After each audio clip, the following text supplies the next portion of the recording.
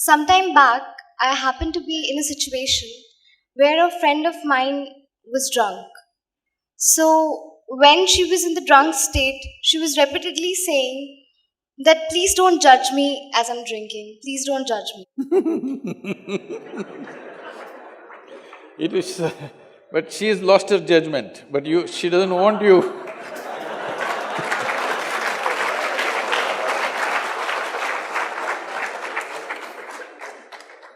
So, my question is whether it is alcohol or not, in life, why are we so apprehensive about being judged by others?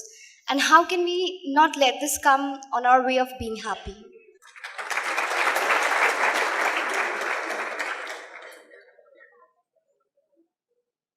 Look at me. See, I'm always stoned.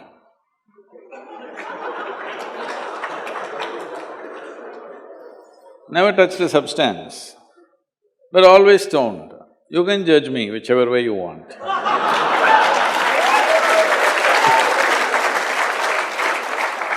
Because one thing is, I'm stoned in such a way that I have not lost my judgment at all. And at the same time, whichever way you judge me has absolutely no impact on me because I'm completely stoned.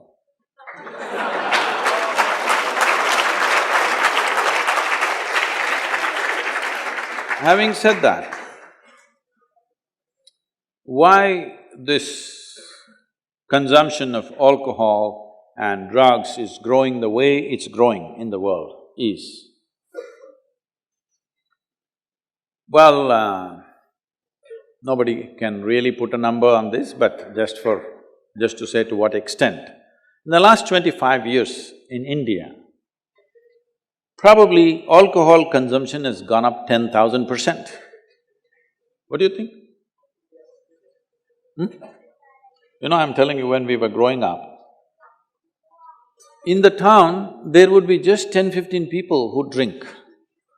In a small town, I'm saying.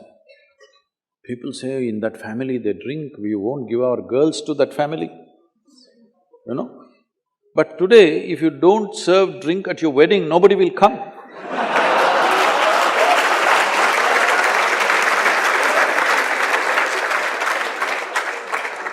So, why this need for alcohol and drug has gone up so much? This is because the heavens have been collapsing. Yes. I was in Bangalore just 3-4 weeks ago. There were over 8,000 people doing a 2-day program with me. And just casually I asked, how many of you think you will go to heaven? Only 5 hands went up. Then I asked, are you all the hell people? No, it's just that both heaven and hell have collapsed in people's minds. This happened. Okay, I'll tell a joke too. One day, a nice Catholic girl, Mary, came home and she was distressed. Her mother asked, Mary, my baby, what happened? Why are you like this? She said, Anthony proposed to me. So mother said, isn't that wonderful? You've been with him for so long, is it good he proposed to you? Why are you unhappy about that? Mama, he sins with me without any regret. And he doesn't even believe in hell. How do I marry him? The mother said, don't you worry, my child. Both of us together will prove him wrong.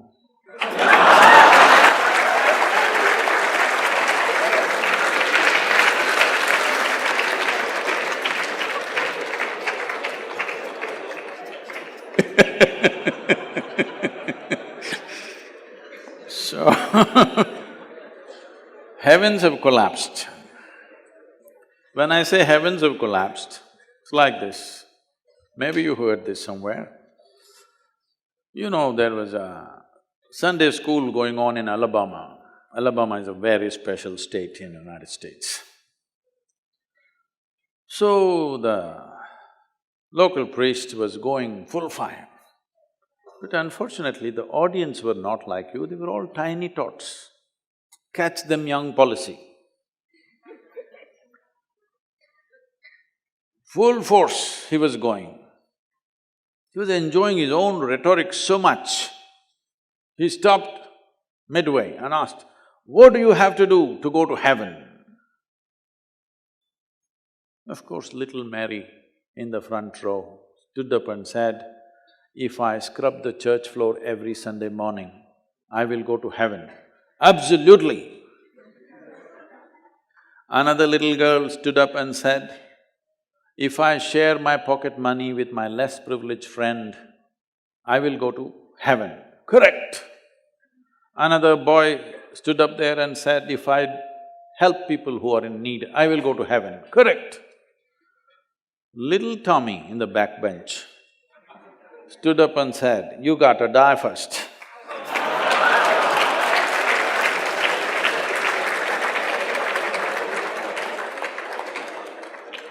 That's a qualification. If you want to go to heaven, you got to die first.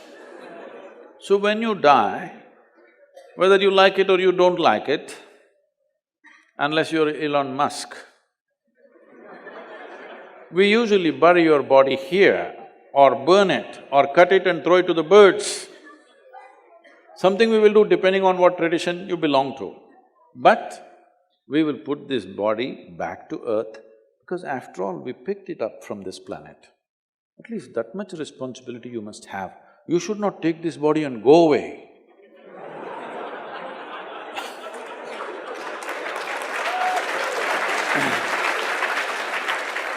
So, fortunately, nobody can take it and go. If you've not done anything eco-friendly in your life, this is one thing you will do. You will put this body back onto this earth, it's a very good thing. So you went to heaven and what is in heaven? This you must know. In the Hindu heaven, food is very good. Yes, Nala himself cooks for you. If you are a foodie, you must go to Hindu heaven. In another place, there are those white-gowned ladies floating in the clouds. They usually don't have legs, they're just floating. Because to float, you don't need legs, common sense. If you like that kind of ambience, that's where you go. If you go to another place, you will encounter virgin problems. If that's what you want, that's where you go. But the only problem is, you don't have a body. When you don't have a body, what do you do with good food and virgins, I want to know.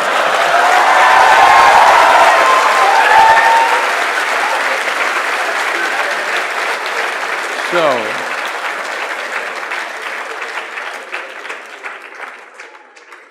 see, this is the first time in the history of humanity that this many people in the world can think for themselves. Otherwise, your priest, your mullah, your pandit or a book was thinking for you. The first time that so many people can think for themselves. Or they're thinking right, thinking wrong, there are many issues about that. But they're thinking right, thinking wrong, but they're thinking. First of all, women. Till about 50 or 100 years ago, a woman was not even supposed to think. She's not supposed to think. This straight away 50% of the population has burst into the thinking process. It's a huge number. For the first time, this is only second, third generation which is beginning to think for themselves. Otherwise, they were not even supposed to think. So when so many people are thinking, see, when you talk to somebody, you think somebody else is illogical, but in their mind, there is some kind of crazy logic functioning, isn't it? When you get into argument with people, you see this. You think you're logically correct, but the other person also thinks he is logically correct. He has his own crazy sense of logic. But they have their own framework of logic. So all illogical things are naturally collapsing. Still, this generation has not fully walked away from it, still there is fear. They can't openly say, there's no goddamn hell or heaven. They're still fearful about it, but they're trying to make a little heaven for themselves here. So, hey, wait. So naturally, when they're not able to do it for themselves out of their own intelligence, they will fall back on chemicals. Today, just to take very affluent societies, because every society is aspiring to be like that. Let's say you take United States, which is the most affluent nation on the planet right now.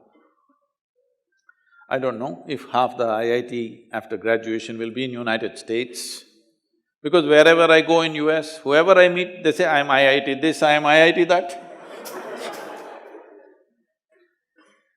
So, 70% of US population is on prescription medication. Another 30%, of course, buying it off the back streets.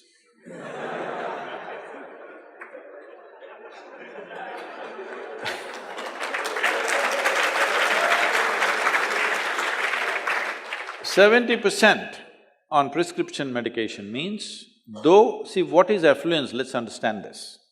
Why an individual person or a society or a nation seeks affluence is, at first level, it'll give us a choice of food. If I'm affluent, I can eat what I want. Eating means nourishment. I can nourish myself well. When a man is poor, the biggest problem is, I'm not well nourished.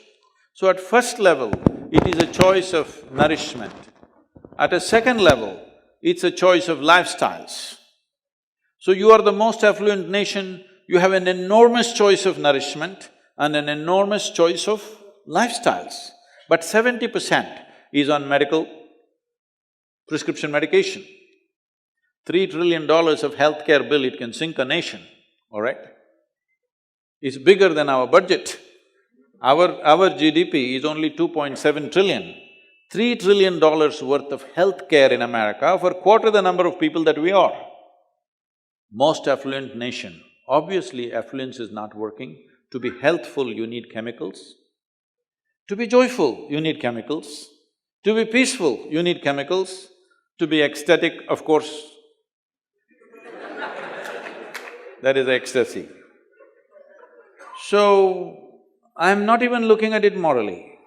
It's never a moral issue for me. All I'm saying is, if we become chemically dependent, because there's also another scale.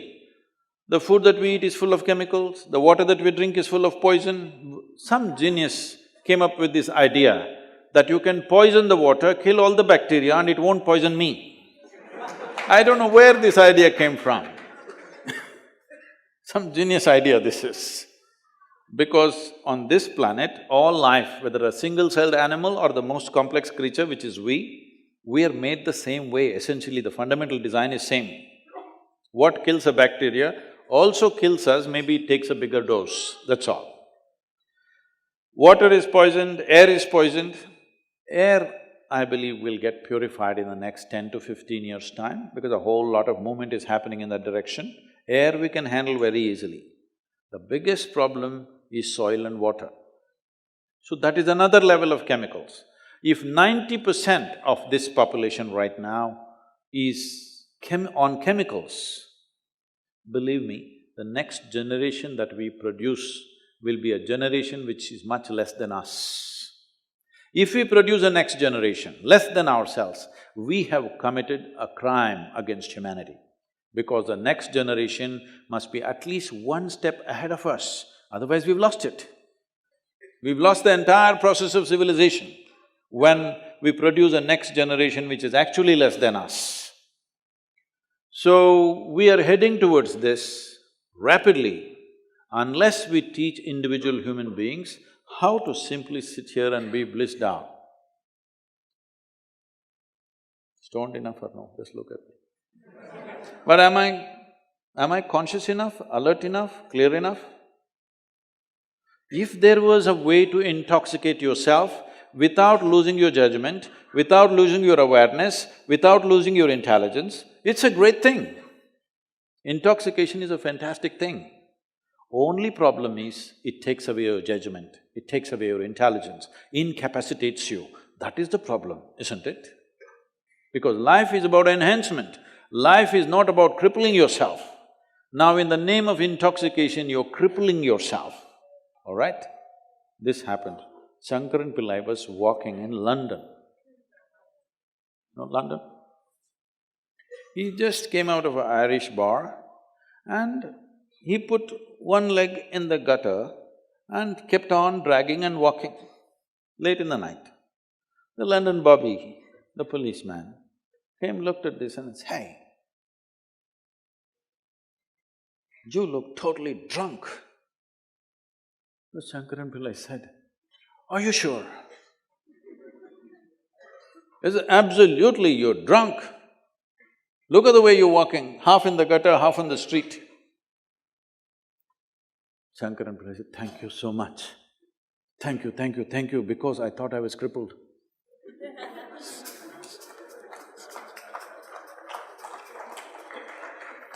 When people are drunk, they're crippled, isn't it? If you could be drunk without being crippled, you could be enhanced, it would be great. Is it true? Ask anybody, you're not in the medical sciences, but ask anybody, is it true that this body here is the greatest chemical factory in the universe right now? The universe that we know at least? Only problem is you're a lousy manager. If you know how to manage this, you would be like me, always blissed out. Anybody can say what they want, anybody can do what they want. This is like this only. Because I have not given this privilege to anybody, that somebody can make me happy, somebody can make me unhappy, somebody can make me miserable. Right now, you are a consequence of other people's opinions. Where do you plan to go like this? Anybody can ruin you. You went outside, somebody told you, "Shreya, you are the most wonderful human being we have seen." Then you were floating on that cloud, what number? What number? 9. Oh, in South we do 11. You were floating on cloud whatever number and you came home, people at home told you who you really are and the cloud will crash. No. It's very important that neither this way or that way, we listen to everybody because we could be doing something wrong. Hello? Any moment we could be doing something wrong, so we listen to everybody. But what they say will not determine how I am. Never, ever. This you must fix and you must tell your friend when she's not drunk because otherwise she won't understand.